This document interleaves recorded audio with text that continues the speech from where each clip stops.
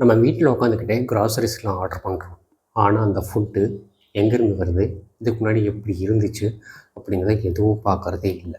பல்லி, கரப்பான்பூச்சி இல்லாட்டி எலியோட கழிவுகள் இதெல்லாம் அந்த நீங்கள் வாங்குகிற க்ரோசரி வந்து இருந்துச்சுன்னா உங்களுக்கு எப்படி இருக்கும்? ஒரு அருவருப்பாக இருக்கும்ல. அது மட்டும் இல்லாமல் நீங்கள் வாங்குகிற க்ரோசரி எக்ஸ்பைரி ஆகிருந்தால் அதை என்ன பண்ணுவீங்க? பிளிங்கிட், ஜெப்டோ, இன்ஸ்டாமார்ட் இந்த மாதிரியான குயிக் காமர்ஸோட ஃபெசிலிட்டிஸில் ஒரு சில குறைபாடு இருக்கிறத சொன்னாங்க. மொத்தம் 14 எஸ்டாப்ளிஷ்மெண்ட்டில் எஃப்எஸ்எஸ்ஐ எல்லாருக்கும் லைசன்ஸை கேன்சல் பண்ணியிருக்கு. அப்படி என்ன நடந்துச்சு, எந்தெந்த குயிக் காமர்ஸ்க்கு வந்து என்னென்ன பண்ணியிருக்காங்க அப்படிங்கிறத இந்த வீடியோவில் பார்ப்போம். ஹலோ கைஸ், நான் விஜயகிருஷ்ணன். உங்களுக்கு இந்த மாதிரியான வீடியோ பிடிச்சிருந்துச்சு அப்படின்னாக்கா லைக் பண்ணுங்கள் அண்ட் கமெண்ட் பண்ணுங்கள் அண்ட் மறக்காமல் நம்ம சேனலை சப்ஸ்கிரைப் பண்ணி வைங்க. மகாராஷ்டிரா மாநிலம் எஃப்டிஏல ஆன்லைன் ஃபுட் டெலிவரி அப்புறமா குயிக் காமர்ஸ்க்காக செயல்படும் ஸ்டோரேஜ் போய் விசிட் பண்ணியிருக்காங்க. டெலிவரி ஃபெசிலிட்டிஸ் வந்து அதிரடியாக இன்ஸ்பெக்ஷன் நடந்துச்சு. இந்த August 14 food safety and hygiene வந்து ரூல்ஸை மீறி இருக்காங்க. ஸோ அதை வச்சு ஒரு 14 ஃபெசிலிட்டிஸோட லைசன்ஸை சஸ்பெண்ட் பண்ணிட்டாங்க. இன்னும் மேலும் 60 இம்ப்ரூவ்மெண்ட் நோட்டீஸும் கொடுத்துருக்காங்க. ஒரு ஃபெசிலிட்டியோட ஆப்ரேஷனை டெம்பரரியாக ஸ்டாப் பண்ணவும் நோட்டீஸ் கொடுத்துருக்காங்க. ஃபஸ்ட்டு அந்த 10 நிமிஷம் டெலிவரியை பார்த்துருவோம். சஸ்பெண்ட் பண்ண 14 லைசன்ஸில் 5 பிளிங்கிட்டோடது. மும்பையில் மலாடு வெஸ்ட்டில் இருக்கிற பிளிங்கிட் ஃபெசிலிட்டி ஒன்றில் சில்லர் ரூம் வந்து 6 டிகிரி செல்சியஸ் கம்மியாக இருக்கிறதா எஃப்டிஏ சொல்லுது. இங்கே ஒர்க் பண்ணிட்டுருக்க 40 ஃபுட் ஹேண்ட்லர்ஸில் வந்து மெடிக்கல் எக்ஸாமினேஷன் ரெக்கார்டு வந்து இல்லை.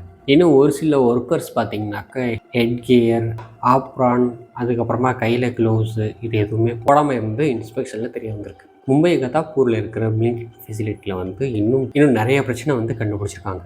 உங்கள் காக்ரோச் இன்ஃபெஸ்டேஷன் இருக்கிறதும் தெரிய வந்திருக்கு. அதுக்கப்புறமா டேமேஜு, வேஸ்ட்டு, டிஸ்போசல் இது எதுவுமே ப்ராப்பராக இல்லவே இல்லை. ஃப்ரீஸ் பண்ணக்கூடிய டெம்பரேச்சர் கண்ட்ரோலும் ப்ராப்பராக இல்லை. அன்பேக்கடு ஃபுட்டு வச்சுருந்த இடத்துல வந்து லைட்டிங் வந்து சரியாக இல்லவே இல்லை. சீலிங்கு, ஃப்ளோரிங்கு எல்லாம் டேமேஜ் ஆகி கிடக்கு அந்த இடத்துல. அடுத்து ஜெப்டோ ஃபெசிலிட்டியில் வந்து எக்ஸ்பைரி ஃபுட்டு வந்து வச்சுருந்ததாக சொல்கிறாங்க. இதில் சஸ்பெண்ட் செய்யப்பட்ட 14 ஃபெசிலிட்டியில் 5 ஜெப்டோ ஓடுது. புனேயில் லஹிகோன் ஃபெசிலிட்டியில் வந்து இன்ஸ்பெக்ஷன் நடந்துகிட்ருக்கிறப்போ எக்ஸ்பைரி டேட் முடிஞ்சது வந்து இன்னும் ஸ்டோரேஜில் வந்து இருக்கிறதா கண்டுபிடிச்சிருக்காங்க. அது மட்டும் இல்லாமல் ஃபுட் ஐட்டம் வந்து பழைய ஸ்டாக்கில் இருக்கிறத வந்து எஃப்ஐஎஃப்ஓ அதுவும் சரியாக யூஸ் பண்ணலன்னும், அதே மாதிரி எக்ஸ்பிரியான ஃபுட்டு எஃப்ஏஎஃப்ஓ அதுவும் சரியாக யூஸ் பண்ணல அப்படின்னும் கம்ப்ளைண்ட் பண்ணியிருக்காங்க. ஸ்டோரேஜ் கண்டிஷன் வந்து ரொம்ப அன்ஹைஜீனிக்காக இருந்ததாகவும், கோல்டு ஸ்டோரேஜில் டெம்பரேச்சர் கண்ட்ரோல் பிரச்சனையும் இருந்ததாக சொல்கிறாங்க. அண்ட் ஜெப்டோ அளித்த விளக்கம் வந்து திருப்திகரமாக இல்லை அப்படின்னு சொல்கிறாங்க. அடுத்து இன்ஸ்டாமார்ட் என்னென்ன பண்ணியிருக்காங்கன்னு பார்ப்போமா. சஸ்பெண்ட் செய்யப்பட்ட 14 லைசன்ஸில் 2 இன்ஸ்டாமார்ட்டோடது. புனேயில் இன்ஸ்டாமார்ட் லிங்க்டு ஃபெசிலிட்டியில் ஒன்று வந்து காக்ரோச் இருக்கிறதா எஃப்டிஏ வந்து சொல்லியிருக்காங்க.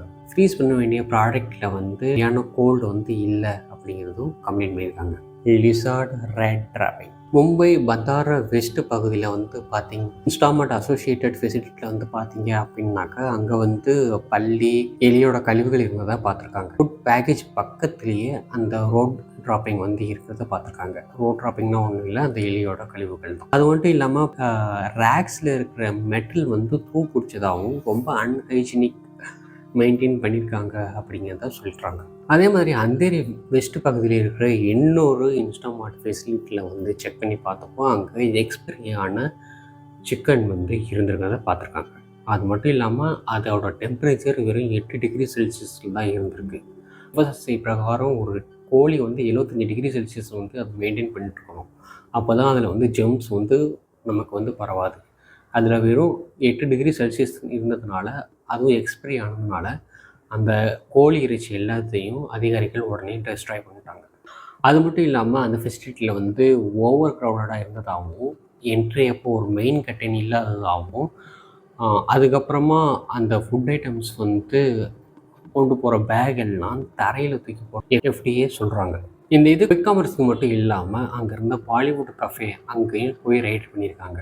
மும்பை ஜார்ஜன் ஈஸ்ட்டில் வந்து பார்த்தீங்க அப்படின்னா பாலிவுட் கஃபே அப்படிங்கிற ஒரு கஃபே இருக்குது. அங்கே போய் ரைட் பண்ணி பார்த்தப்போ ஃபுட் ப்ரிப்ரேஷன் வந்து அன்ஹைஜீனிக் கண்டிஷனில் இருக்கிறத வந்து பார்த்துருக்காங்க. அது மட்டும் இல்லாமல் சின்ன சின்ன பூச்சி பொட்டு அதோட இன்ஃப்ளமேஷன் வந்து ஜாஸ்தியாக இருக்கிறத பார்த்துருக்காங்க. ட்ரைனேஜ் வந்து ரொம்ப மோசமாக இருந்திருக்கு. க்ளீன் பண்ணுற ஃபுட்டை வந்து க்ளீன் பண்ணுறப்போ அதோட சர்ஃபேஸ் வந்து க்ளீனாக இருக்கணும்ல, அந்த க்ளீன் கூட பண்ணாமல் வச்சுருக்கான்னு வந்தேன். இது பிரகாரம் ஃபுட் சேஃப்டி ஸ்டாண்டர்ட் ஆக்ட் 16 கீழ் வந்து நடவடிக்கை எடுத்துக்கிறதா FDA சொல்லியிருக்கு. ஸோ கைஸ், ஒரு விஷயத்த வந்து நம்ம தெளிவாக புரிஞ்சுக்கணும். இந்த மாதிரியான இந்த நடவடிக்கை எல்லாம் பிளிங்கிட், செப்டோ, இன்ஸ்டாமார்ட் இவங்களுக்கு வந்து அன்சேஃப் அப்படிங்கிற மீனிங் இல்லை. இவங்கெல்லாம் அந்த குறிப்பிட்ட விதியை வந்து மீறியிருக்காங்க அப்படிங்கிறத இங்கே FDA சொல்ல வருது. ஆன்லைனில் ஃபுட்டு இல்லாட்டி க்ரோசரி எல்லாம் பை பண்ணுறீங்க அப்படின்னாக்கா அதோட பேக்கிங் கண்டிஷன், அதோட எக்ஸ்பிரி டேட்டு எல்லாம் செக் பண்ணி வாங்குறது நல்லது. இதை விட ரொம்ப முக்கியமாக அவ்வளவு அர்ஜென்ட்டான வேலையெல்லாம் எதுவும் இல்லை. எப்படியும் ஒரு நாளைக்கு நமக்கு 1 மணி நேரம் 2 மணி நேரம் ஃப்ரீ டைம் இருக்கும். ஸோ அந்த மாதிரியான நேரத்தில் போய் சின்னதாக பக்கத்தில் போய் க்ரோசரி ஷாப்பில் வந்து க்ரோசரி வாங்குறதோ இல்லை அண்ணாச்சி கடையில் அந்த மாதிரியான கடையில் வந்து நீங்கள் டைரெக்டாக போய் பார்த்து நீங்களாக செலக்ட் பண்ணி வாங்குறது வந்து நல்லது. ஸோ அவ்வளோதாங்க. இதை பற்றி உங்களோட கருத்து என்ன அப்படிங்கிறத வந்து நீங்கள் கமெண்ட்டில் பண்ணுங்கள். அண்டு இது மாதிரியான வீடியோஸ் வந்து நீங்கள் கண்டிப்பாக பார்க்கணும் அப்படின்னாக்கா மறக்காமல் இன்ஜெக்ஷன் டாக் சேனலை சப்ஸ்கிரைப் பண்ணி வைங்க. நான் திரும்ப இன்னொரு வீடியோவில் வந்து சந்திக்கிறேன். அது வரைக்கும் ஸ்டே டியூன். Bye guys.